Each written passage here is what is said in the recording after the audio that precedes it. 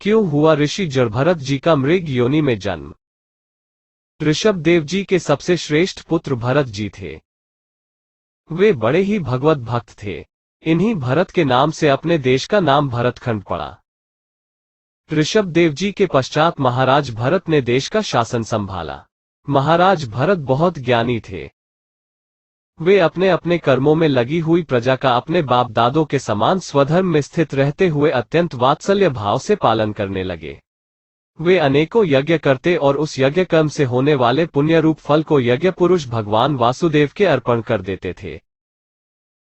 इस प्रकार कर्म की शुद्धि से उनका अंतःकरण शुद्ध हो गया व उन्हें दिनों दिन वेगपूर्वक बढ़ने वाली श्रीहरि की उत्कृष्ट भक्ति प्राप्त हुई। ऐसे 1 करोड़ वर्ष निकल जाने पर उन्होंने राज्य भोग का प्रारब्ध क्षीण हुआ जानकर अपनी भोगी हुई वंश परंपरागत संपत्ति को यथायोग्य पुत्रों में बांट दिया व अपने सर्वसंपत्ति संपन्न राजमहल का विवेकपूर्वक त्याग कर दिया। यदि विषय हमें छोड़ जाएं तो अशांति होती है, किंतु यदि हम स्वयं उन्हें छोड़ दें तो शांति प्राप्त होती है। एक बार भरत जी गंडकी नदी में स्नान कर जप करते हुए नदी की धारा के पास बैठे थे। उसी समय एक गर्भिणी हिरणी प्यास से अत्यंत व्याकुल हो अकेली ही जल पीने के लिए नदी के तीर पर आई। अभी वह जल पी ही रही थी कि पास ही गरजते हुए सिंह की भयंकर दहाड़ सुनाई पड़ी।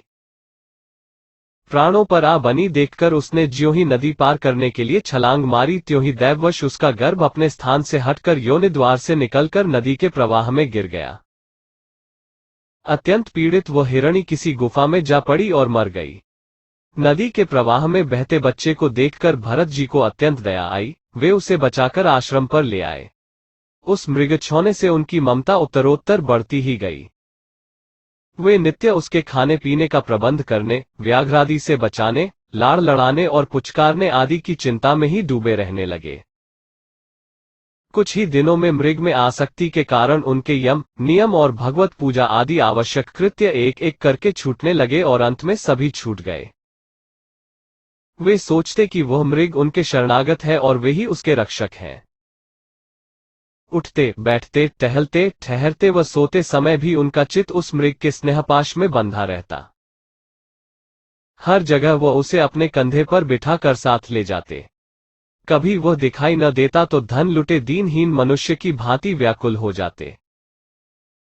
मृगशावक में भरत जी की आसक्ति बढ़ती ही जा रही थी। एक दिन वह बच्चा खेलता कूदता घने वन में चला गया और रात होने पर भी वापस न आया। भरत जी को चिंता होने लगी कि मेरे बच्चे का क्या हुआ होगा, कब लौटेगा। उस मृगछौने के पालन पोषण और लाड़ प्यार में ही लगे रहकर वे अपने आत्मस्वरूप को भूल गए थे। उसी समय भरत जी को पकड़ने के लिए प्रबल वेगशाली कराल काल आया। मृत्यु किसी पर दया नहीं करती। उस समय भी उनका चित्त उसी मृगशावक में लगा हुआ था। इस प्रकार उसकी आसक्ति में ही उनका शरीर छूट गया, जिसके कारण उन्हें अगले जन्म में मृग का ही शरीर मिला और वो मृग जिसने भरत जी के पास में शरीर छोड़ा वो अगले जन्म में राजा रहुगण बना। पूर्व जन्म में किए हुए तप व भक्ति के फलस्वरूप भरत जी को मृग योनि में भी अपना पिछला जन्म पूर्ण रूप से स्मरण रहा।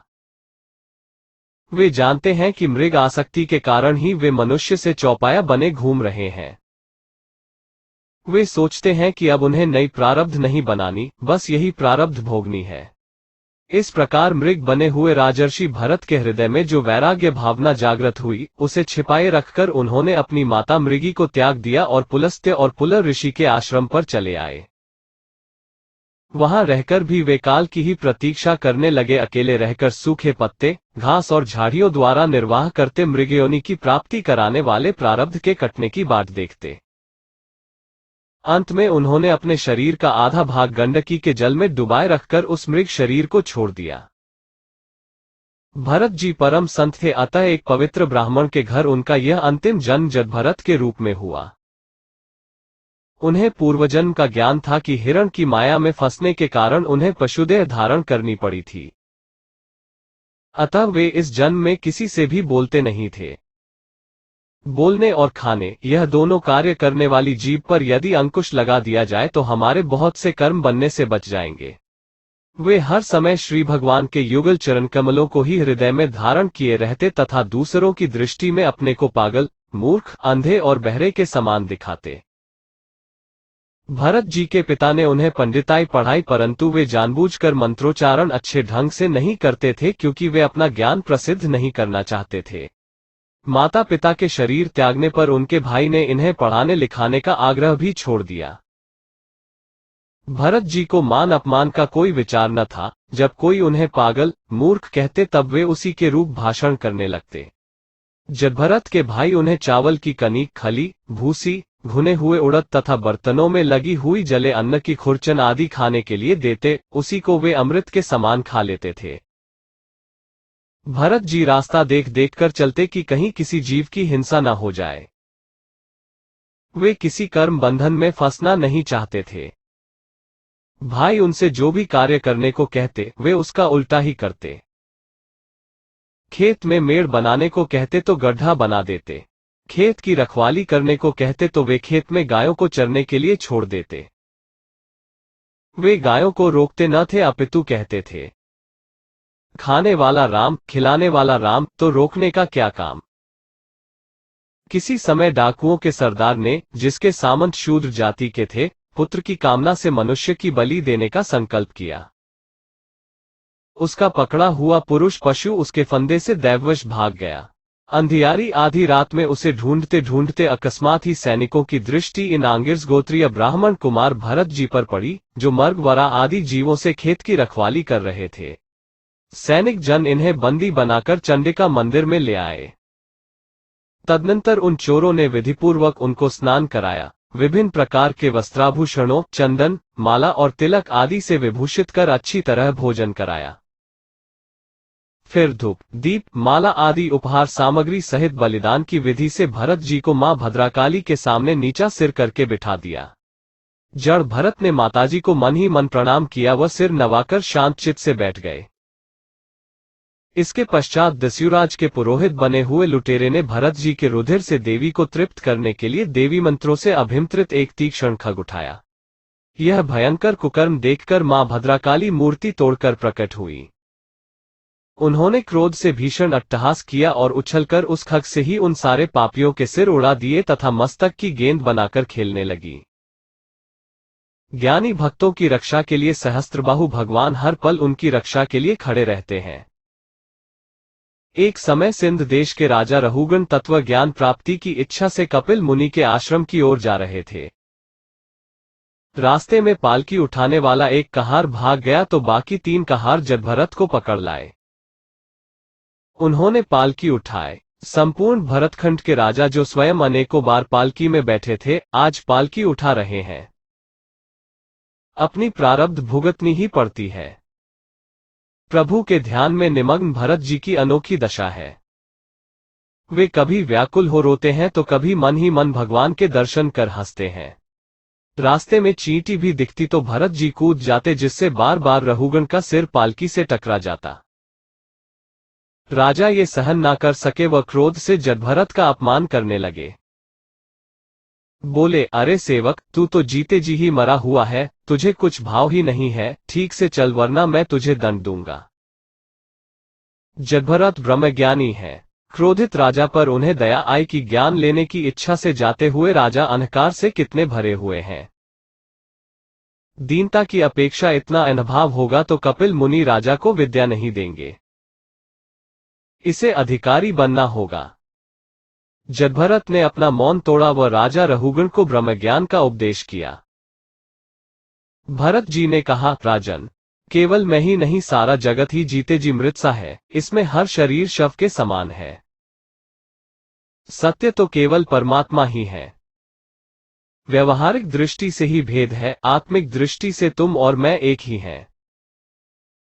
शरीर को शक्ति देता है मन और मन को बुद्धि, परंतु बुद्धि को प्रकाशित करने वाले तो केवल श्री हरि परमात्मा ही है। राजन, हर जीव में परमात्मा है, यही सोचकर मैं चींटी का भी ख्याल करते हुए इस प्रकार छलांग लगाते हुए चलता हूं।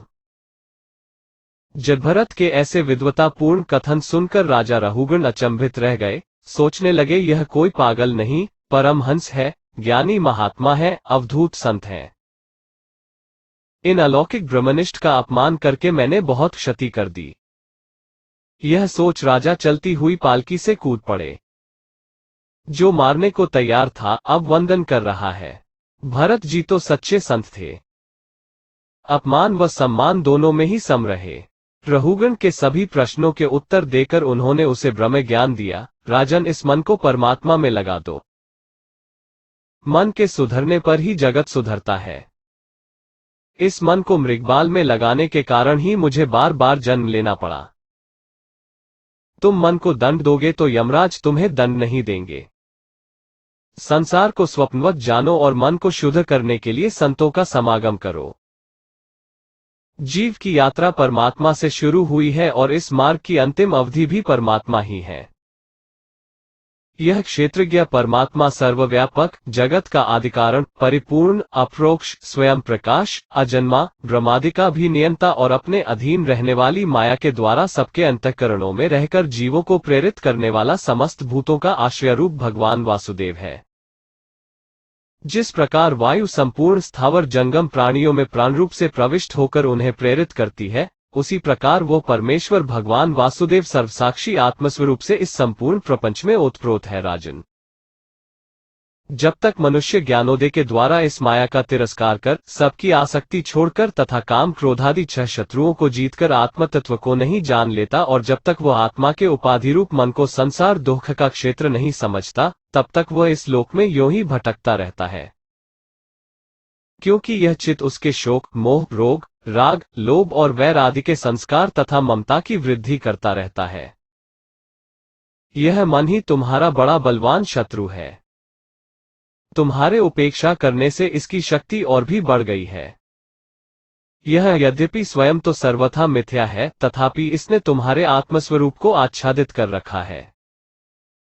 इसलिए तुम सावधान होकर श्री गुरु और हरि के चरणों की उपासना के अस्त्र से इसे मार डालो। सारांश यह है कि विरक्त महापुरुषों के सत्संग से प्राप्त ज्ञानरूप खग के द्वारा मनुष्य को इस लोक में ही अपने मोहबंधन को काट डालना चाहिए। फिर श्रीहरि की लीलाओं के कथन और श्रवण से भगवत स्मृति बनी रहने के कारण वो सुगमता से ही संसार मार्ग को पार करके भगवान को प्राप्त कर सकता है।